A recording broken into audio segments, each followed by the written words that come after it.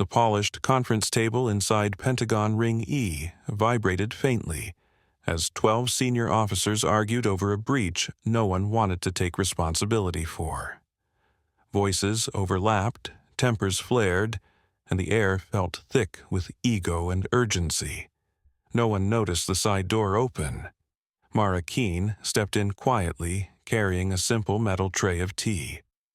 No rank on her sleeves, no insignia, just a small woman moving with the kind of silence people overlook every day.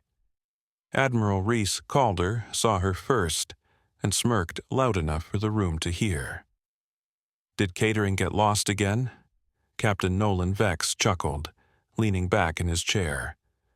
Wrong room, sweetheart. This is the serious end of the building. Colonel Bram Harker didn't even bother lowering his voice as he waved her off. How does random staff even get into an alpha-level briefing? Someone fix this? Laughter rolled around the table. Snide grins, dismissive gestures. Mara didn't react. Her steps were controlled, balanced, precise in a way none of them registered as anything but routine, except for Sergeant Jace Rowan in the corner. His eyes narrowed. Her posture wasn't support staff. It was combat discipline disguised as quiet service. Before we begin, make sure to subscribe to Major Tom's Tales so you never miss these true tales of courage. And tell us in the comments, where are you watching from today? Mara Keene looked like the kind of person no one remembered after a room emptied. Small, quiet, tucked neatly into a plain service uniform without a single stitch of rank or insignia. Her sleeves were rolled just enough to show her wrists, her shoulders squared, but relaxed. Her steps soft and measured, as if she didn't want to disturb the air she moved through. She carried the metal tray with both hands, not because she needed to, but because it gave her an excuse to keep her posture controlled. No medals, no badges, nothing that hinted at who she truly was. To the officers in the room, she was invisible. A pair of younger Marine captains whispered that she must have wandered into the wrong wing. One of them joked quietly that she probably thought alpha-level briefing meant a coffee refill. Another officer snorted under his breath and said she didn't look like she belonged anywhere near a room where wars were discussed. The assumptions came easily because she looked so ordinary, small, unthreatening, carrying tea instead of a stack of classified folders. But Mara wasn't ordinary, not even close. Her eyes tracked every movement in the room with a silence that wasn't timid. It was calculating. She didn't stare. She didn't react. She simply registered everything. Who leaned back too confidently? Who tapped nervously? Who avoided making eye contact? Who held their breath when sensitive topics came up? Her awareness was the kind that came from years of surviving places where missing a single detail meant never seeing another sunrise. The moment someone mentioned the Kavros Badlands, her breathing shifted. Not noticeably to anyone else, but to someone trained in reading micro-reactions. It was unmistakable. Her gaze hardened for a fraction of a second, just long enough to reveal a flash of truth before it disappeared behind her calm expression. Her left hand shifted ever so slightly toward her hip, fingers relaxing and then contracting in the exact tension pattern of a close-quarters draw stance. It lasted half a heartbeat. No more.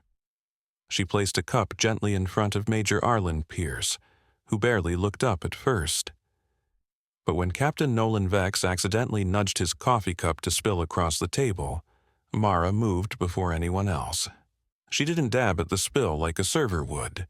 She reacted with a controlled, practiced precision of someone containing hazardous fluid surrounding the edge, preventing directional spread, isolating the liquid with tight, clean folds. Pierce's eyebrows lifted. That wasn't hospitality etiquette. That was a field hazmat technique used in forward operating bases. Sergeant Jace Rowan noticed even more. From his corner position by the wall, he watched Mara map the room without appearing to. Her eyes flicked to corners, angles, distances. She was marking exits, blind spots, sight lines. She knew where every officer stood, where every security camera pointed, and where she could take cover if things went sideways. Rowan had seen this behavior before, downrange moments before things exploded. He recognized the tension in her shoulders, the way she distributed her weight evenly across the balls of her feet, ready to pivot in any direction instantly. Something about her bothered him, not in a suspicious way, but in a way that made him think the room had misjudged her badly. Mara continued placing cups, her expression still calm, her breathing steady. But inside, she was carrying the weight of 7 names. She didn't allow herself to speak in moments like this. Faces, voices, laughing. Exhausted men who trusted her with their lives and whose final breath still echoed in the quietest parts of her mind. Their memories pressed against her ribs every time she entered a room filled with people who didn't know, didn't care, or didn't understand the cost of their decisions. She had learned long ago that grief was not a weakness. It was armor, but only if she kept it locked tight enough that it didn't drown her, and she kept it locked. She didn't flinch when mocked. She didn't respond when dismissed. She didn't defend herself because she wasn't there to defend anything. She wasn't there to be seen. She wasn't even there to serve tea. She was there for justice, real justice for the teammates who never made it home. That purpose lived beneath every breath she took, every step she made, every time she forced herself to stay silent in a room full of arrogance and carelessness. Her posture wasn't submission. It was control. It was restraint. It was patience sharpened to a knife's edge. Because the day she stepped into the Pentagon as staff wasn't the day she disappeared into the background. It was the day she began hunting the truth. The briefing began with the heavy thud of a folder hitting the table, and Admiral Reese Calder barking at his staff to focus for once. He stood tall at the head of the conference room, the overhead lights glinting off his medals as he jabbed a finger at a map of eastern Kavros on the screen. The air felt tight, pulled thin by tension. This was not a normal meeting. A catastrophic breach had occurred overseas, one that had cost American lives, and the Pentagon was scrambling for answers. Yet, even with the gravity of the situation, Calder's irritation drifted toward the quiet woman placing a cup of tea beside him. "Why is she still here?" he snapped, breaking off mid-sentence. "Do we really not have proper protocol in this building anymore?" The room followed his glare toward Mara Keene. She kept her eyes down, her movements precise, as she set a cup beside General Silas Drayton next. Captain Nolan Vex let out a snort loud enough for the back row to hear. "Maybe she's moonlighting as intel support," he said mockingly. "You know how it is, budget cuts." A few officers laughed. General Drayton added, "Support staff should stick to coffee and stay out of classified discussions, Admiral. She doesn't need to hear any of this." Calder crossed his arms, shaking his head. "Exactly. Someone get her out of here." Mara did nothing but continue her route around the table, placing cups where they belonged with perfect rhythm. But the rising humiliation echoed through the room like static. Vex watched her reach the far end of the table, then gave his cup a purposeful shove. The espresso spilled in a thin arc, rolling across the polished surface toward her. He leaned back, arms folded. "Oops, let's see how fast she reacts." Colonel Bram Harker snickered. "Bet she'll run for towels like a scared rabbit," Vex added. "Maybe she's only here because someone upstairs thinks she's cute." The sexist tone made a couple of junior officers shift uncomfortably, but no one spoke up. It was easier to laugh along, easier to blend in. The spill kept spreading. Before anyone else could blink, Mara reached the table. Her hands moved in a blur containing the edges, folding the napkin inward to prevent spread, blocking the flow with precision. She moved exactly like a medic handling a biological spill under live fire conditions. No panic, no hesitation, not even a hint of annoyance. Just perfect trained response. Vex's grin faltered. Harker's smirk faded. Drayton raised an eyebrow, confused by the smoothness of her technique. But Admiral Calder wasn't done. He tapped his finger against the table. "Impressive cleanup," he said loudly. "But maybe keep the military-grade reflexes at home next time." Laughter returned, hesitant but present. Mara remained steady.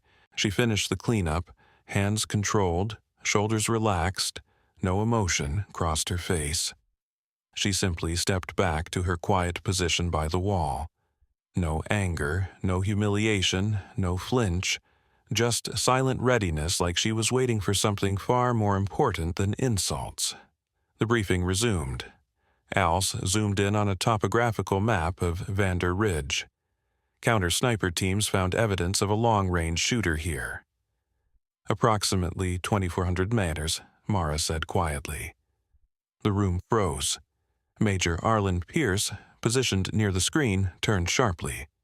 "That's exactly correct," he said slowly. 2,400.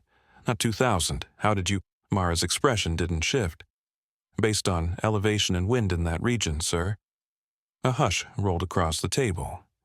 Vex stared at her like she'd spoken a foreign language. Drayton frowned. Harker looked annoyed that she had spoken at all. Pierce wasn't done. "Most people don't know the effective cross-valley range in that terrain unless they've been there." Mara didn't reply. Sergeant Jace Rowan, still at his corner workstation, felt a chill crawl up the back of his neck. Her stance, her knowledge, her reflexes. Something wasn't right. He tapped into the clearance database, fingers moving quietly on the keys. Keen Mara L clearance level. 5 Authorization Inspector General. Active access above 3 officers currently present. The words hit him like a punch. Level 5. Rowan's eyes widened. He double-checked, triple-checked. He felt the weight of the revelation settle in his chest like stone. He looked up at Mara, standing calm, silent, invisible as the officers began to murmur. "Sir," Rowan said quietly, addressing Calder, "we have a situation." Calder hated being interrupted. "What now?" Rowan swallowed. "She has level 5 clearance. Higher than mine, higher than Captain Vex, higher than Colonel Harker." Silence slammed across the room. Harker's eyebrows shot up. Vex sat forward, eyes darting in disbelief. Drayton exhaled sharply. Even Calder hesitated. Mara didn't move a muscle. She didn't explain, didn't defend herself, didn't acknowledge the shift in the room. She simply stood there, calm, balanced, steady, as if she'd always known this moment would come. Unease simmered beneath the table's polished surface. The officers who had mocked her began to study her differently. Questions filled their faces, but no one dared voice them yet.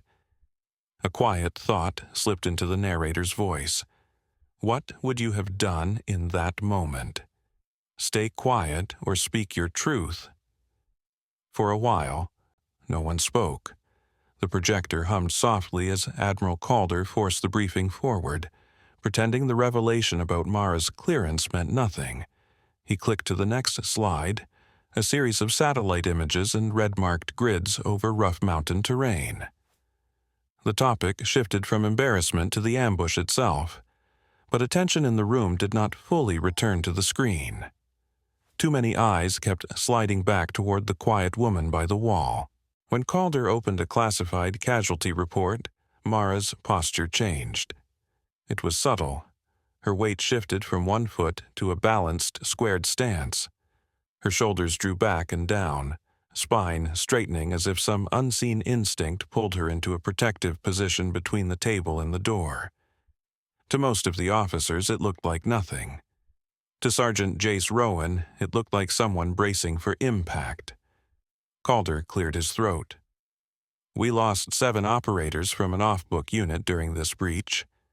Names and details are classified under internal review, but what you need to know is 3 from infantry backgrounds, 1 medic, 1 signals, 1 demolitions, 1 sniper, Mara said softly.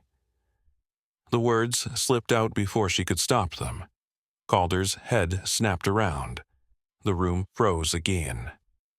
Vex stared at her, anger and confusion warring in his eyes. Harker's gaze sharpened. Drayton drummed his fingers against the table once, then stopped. "How would you know that?" Drayton asked slowly. Mara's expression did not move. "It is a reasonable composition for an elite unit working in that terrain," she replied. "1 of each." Pierce watched her eyes, not her words. She was not guessing. She was remembering. The edge of her sleeve had ridden up slightly when she shifted her stance. A dark line of ink showed against her skin, just a fragment at first, but enough to make Pierce curious. It did not look like decorative art. It looked like the stock of her rifle drawn with clean, purposeful lines. He caught only a glimpse before she lowered her arm again, the fabric falling back into place. The image burned itself into his mind. Black ink, straight lines, cold geometry, a weapon, not a flower. Admiral Calder snapped his folder closed. "We will not be taking input from support staff on unit composition," he said sharply. "Stay in your lane." Mara said nothing. Her gaze returned to the map. On the screen, the cursor hovered over a valley with a narrow choke point. Calder gestured at it. This is where the enemy had pre-sighted positions. They knew exactly when the convoy would move in and where overwatch would be set. Mara's eyes flicked to the northern ridge and then to the southern outcropping with the kind of precision that did not come from theory.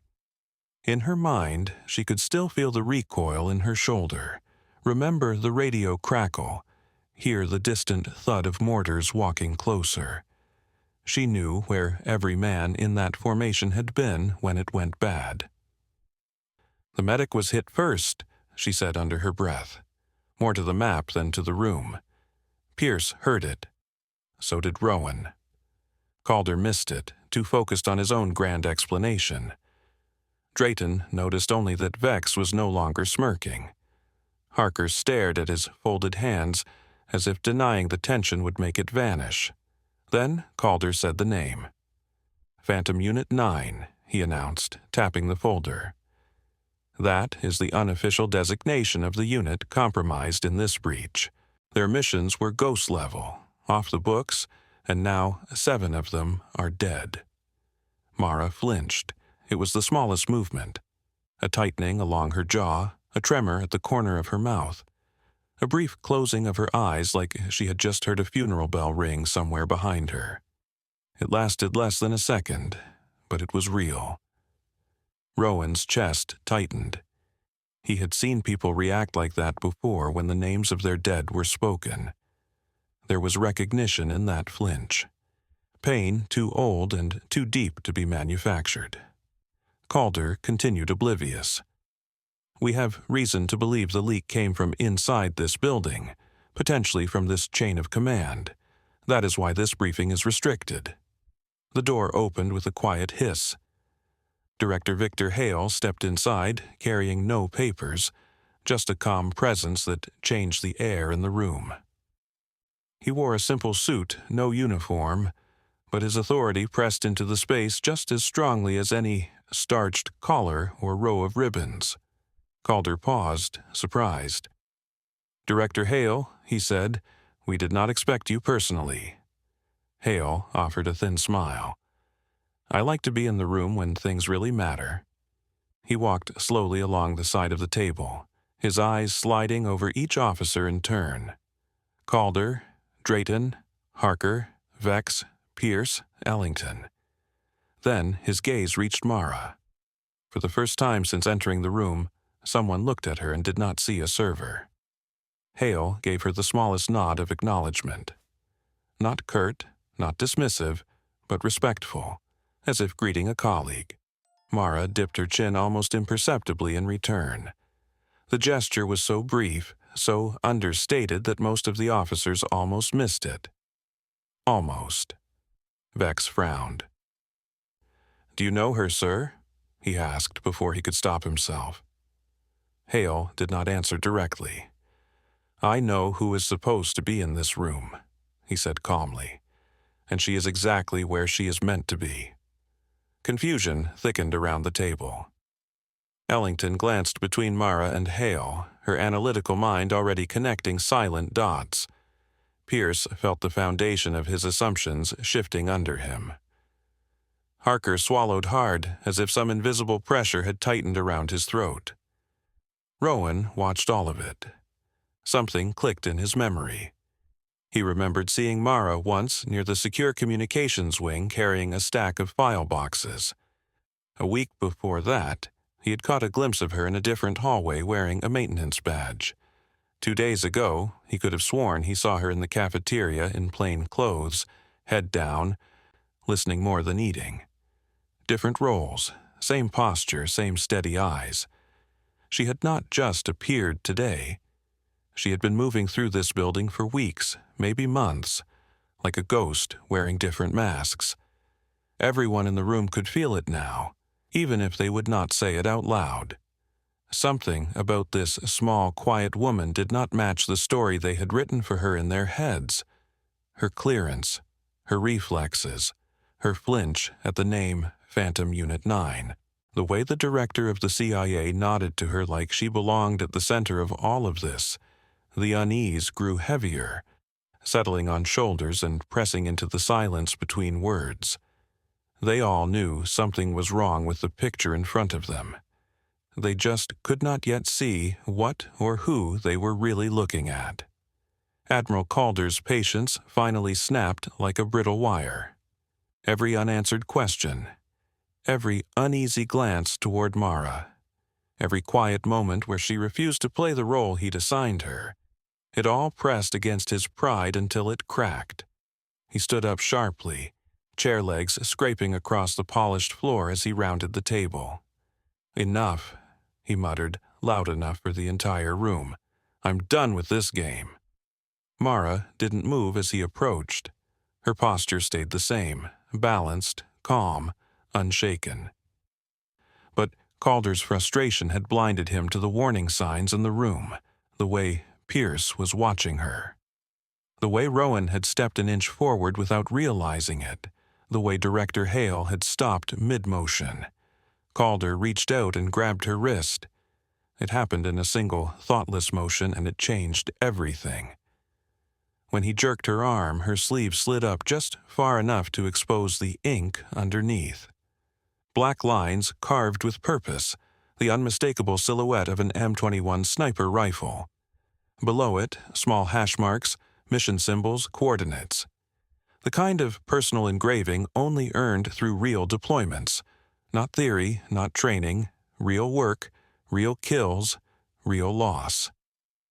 The room fell silent so fast it seemed the air itself froze. Major Pierce stared at the tattoo as if someone had punched the breath out of him. He knew that rifle. He knew those symbols. But more than that, he recognized the way she didn't flinch when a senior officer grabbed her. Operators learned that civilians didn't. Director Hale didn't blink. His chin lifted a fraction, his eyes meeting Mara's with the quiet acknowledgement of someone who had always known this moment would come. Sergeant Rowan reacted without thinking. He stepped forward, hand half raised, as if ready to intervene. His instincts screamed that Calder had just crossed a line he didn't understand. Calder was the last to notice the weight in the room, still gripping her wrist. He scoffed loudly. "And what exactly is your rank, server?" Not a soul laughed this time. Mara lifted her eyes. Calm. Deadly calm. The kind of calm that made hardened soldiers swallow hard. When she spoke, her voice was soft but sharp enough to slice through the tension. "My rank she said slowly, is the one you failed to check today.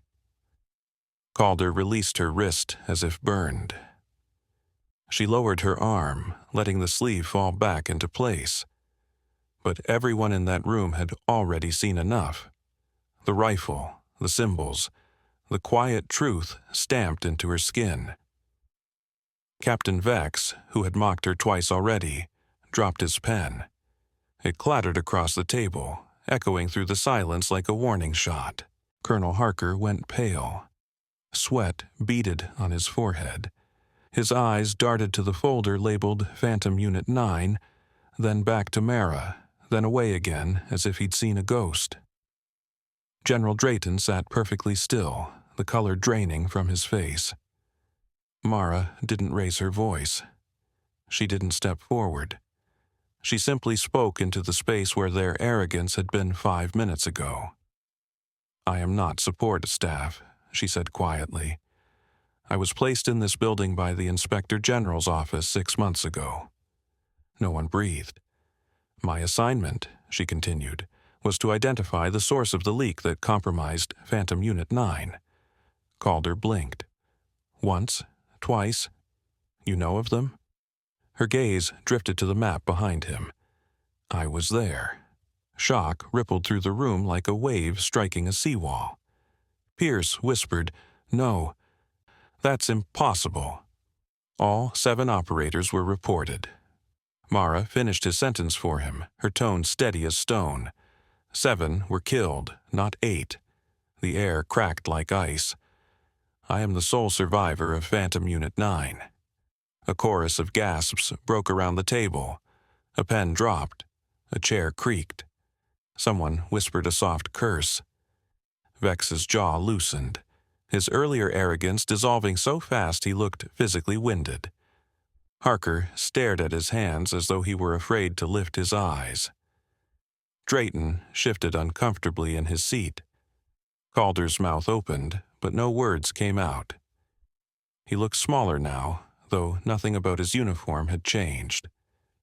Mara's voice remained controlled, but a quiet fire flickered beneath it. "The team you are discussing," she said, "was not ambushed by chance. Their killers knew the exact coordinates, movements, and loadout. That intel came from inside this building." Hale's voice entered the silence like a blade sliding from a sheath, "and she has spent the last half-year tracking the source." Calder sank back into his seat. Mara continued, "I have listened. I have observed. I have recorded. Not one person in this room realized I was anything other than a server." She looked around the table, one face at a time, one officer at a time, letting the full weight of that truth land. "That," she said softly, "is why I was chosen." The room was collapsing under its own realization, the kind that made powerful men feel suddenly exposed, suddenly foolish, suddenly aware that the quiet woman they mocked was not just above them in clearance, but above them in experience, discipline, and the cost of sacrifice. Yet Mara did not fully reveal everything. Not yet. There were still truths they weren't prepared to hear, still names they didn't deserve to know, still secrets that belonged only to the dead and to her. She stepped back into silence, letting them sit in the wreckage of their assumptions. And for the first time since the briefing began, no one dared laugh. Director Victor Hale rose from his seat with deliberate calm, the kind that made every officer in the room instinctively straighten. The shift in his posture alone changed the atmosphere. Moments ago he had looked like a polite observer. Now he radiated authority, the kind that didn't need medals or ribbons to command a room. When he spoke, his tone was no longer casual. It carried weight, respect, and unmistakable finality. "Master Sergeant Mara Keene," he said clearly, "is here by my authorization." The title hung in the air like a hammer dropped onto glass. Master Sergeant, not Miss Keene, not server, not support staff. Calder's eyes widened, the realization hitting hard enough to drain the color from his face. Vex's mouth hung open mid-breath. Harker looked like he'd been punched in the chest. Drayton slowly lowered himself into his chair as the pieces fell into place one by one. Before anyone could speak, the conference room door opened again. Agent Tessa Rourke stepped inside, flanked by 2 FBI counterintelligence officers and another pair from NSA Internal Security. Their presence shifted the room from a briefing to an active investigation. Their expressions were stern, professional, controlled. Rourke nodded once to Hale, then turned her gaze toward Mara with clear recognition. She did not look at Mara as a subordinate, but as an equal. Hale clasped his hands behind his back. For the past 6 months, he said, letting each word land, Master Sergeant Keene has been operating undercover within Pentagon command spaces. Gasps. A chair creaked. Someone whispered something they immediately regretted. She has observed this building, Hale continued, its people, its conversations, and its failures. He nodded toward Mara, and she has done so silently without interfering, exactly as instructed. Mara stood motionless, the calm center of a storm. None of them had realized she was guiding. Rourke stepped forward, sliding a thin folder onto the table. 15 separate security violations documented, she said, all recorded with authorization. Vex swallowed hard, the sound audible in the silence. Multiple instances, Rourke added, of classified information mishandled or discussed in unsecured environments. Harker's breathing became shallow, his hands tightened into fists beneath the table. And finally, Hale said, lowering his voice, she has gathered proof that someone in this room leaked the coordinates that led to the deaths of Phantom Unit 9. The words hit like a shockwave. Drayton's spine stiffened. Vex shut his eyes, the truth settling in his gut like lead. Calder's arrogance evaporated completely.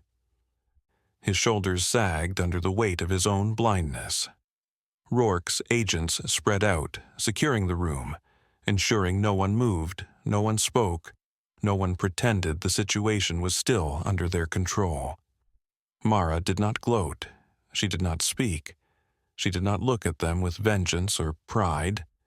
She simply stood with the quiet steadiness of someone who had carried far heavier burdens than the disgusted faces across the table. Hale glanced around the room. This investigation is now active. No one leaves until they are cleared. The silence that followed was suffocating, thick, crushing, absolute. Calder broke it first, but only with a whisper. My God, we mocked her. No one corrected him because the truth towered silently in the center of the room. The woman they laughed at, the woman they dismissed, the woman they tried to push out, had outranked them in every way that mattered. And now the truth was no longer something they could escape. The room felt smaller now, tighter, heavier, as if every breath had to push through the weight of everything left unsaid. Mara Keene finally stepped forward just enough for the overhead light to catch the edge of her sleeve. She didn't raise her voice. She didn't harden her expression. She simply reached into her pocket and pulled out a folded piece of paper. Not a device, not evidence, just paper creased, worn, held too many times. These aren't numbers, she said quietly. They were men. My men. Her eyes lowered as she read. Staff Sergeant Rylan Cross, she began, her voice steady but softened at the edges. He was set to be married in the spring. Silence deepened. Calder's jaw clenched. Sergeant Theo Varon, she continued. He had a newborn daughter he never got to hold. Someone exhaled shakily. Sergeant Dario Luna. He worked double deployments so he could take care of his mother after her stroke. Vex swallowed hard, eyes dropping to the table. Sergeant Cade Mercer. He was saving for college. He wanted to teach history someday. Drayton's hand covered his face. Sergeant Owen Vale. He trained every new operator who walked into our unit. The rookies adored him. A chair creaked softly as someone shifted, unable to hide their emotion. Sergeant Girohan, Mara said, her tone thickening just barely. He wanted to open a gym for veterans when he retired. Harker's eyes filled. His fingers trembled against the polished wood. And Sergeant Finn Maddox, her voice caught for a brief second before she forced herself through it. Finn was my closest friend, my brother in all but blood. The room felt like a held breath. She folded the paper again, held it at her side. These weren't statistics. They weren't mission assets. Her gaze swept slowly across the table. They were fathers, sons, brothers, and because of one leak, one moment of carelessness, 7 families buried their heroes. Colonel Bram Harker let out a broken sound, a half-sob, half-confession that cracked whatever facade he'd been holding onto. He pushed his chair back, but didn't stand. He collapsed into it instead. "I did it," he whispered. "It was me." Every head turned. Harker's face crumpled. "I leaked the coordinates. I didn't think. I told myself it was nothing, just numbers. I owed people money. They offered to clear my debts. I convinced myself no one would get hurt."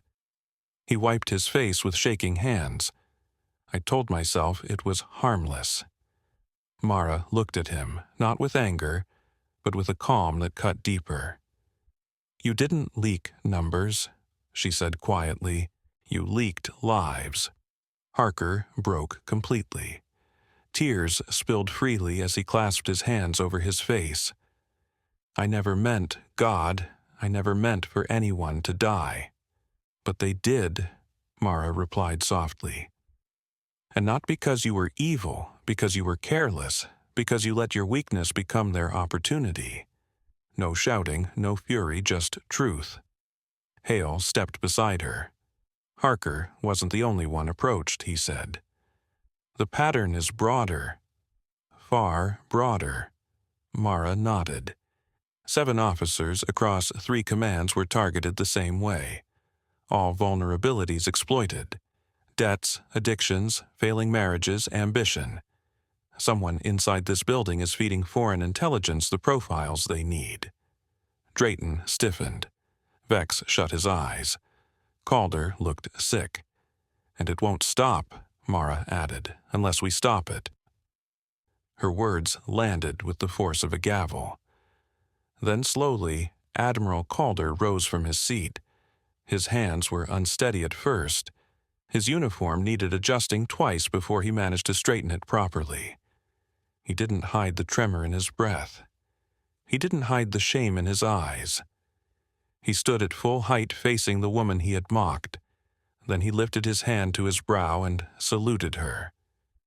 The room didn't move for several seconds. No one breathed, no one spoke. No one dared break the moment. Then Captain Vex stood. His eyes glistened. He gave her the same salute, shallow, almost trembling. General Drayton rose next slowly, as though trying to make himself worthy of the gesture. Major Pierce, who had watched her closely from the beginning, stood with crisp, sharp respect. Dr. Mara Ellington followed, her eyes shining with something between guilt and admiration. And finally, Sergeant Rowan, who had seen her truth before any of them, came to rigid attention, his salute firm and unwavering. Every person who mocked her, every person who doubted her, every person who treated her like nothing now stood in absolute reverent silence and saluted the woman who had quietly carried more honor, more pain, and more courage than all of them combined. The room slowly settled, the echo of those salutes still hanging in the air like dust after an explosion. Mara Keene didn't look triumphant. She didn't look vindicated. She didn't even look relieved. She simply lowered her gaze, letting the silence fall naturally, and took a slow breath. Admiral Calder tried to speak first. "Master Sergeant, She raised a hand gently, stopping him without force, without authority, but with something heavier. "Truth. Please don't," she said quietly. "This isn't about apology or admiration. My team didn't die so that I could stand in front of a room and earn praise." Her eyes swept over each face, not accusing, not angry, but steady in a way that made every man and woman feel the weight of her words.